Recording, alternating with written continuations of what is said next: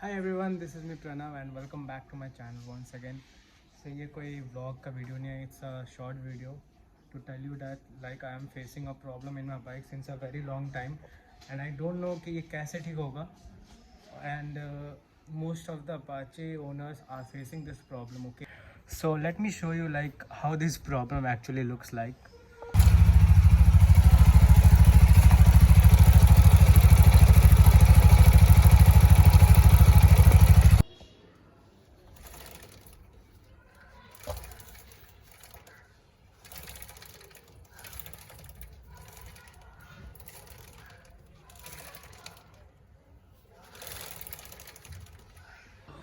तो ये आवाज़ आपने सुना ना अभी भाई, it's very irritating, trust me.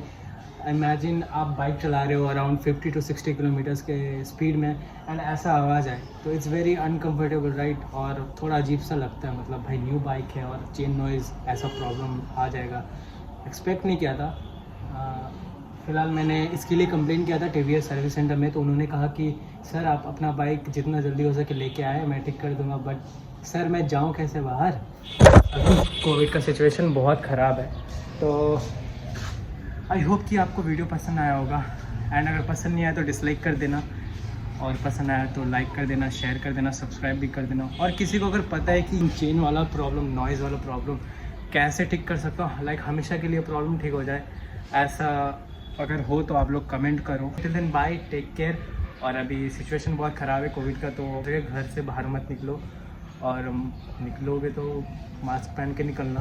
Okay, तो बाय बाय, टेक केयर, मिलते हैं नेक्स्ट वीडियो में।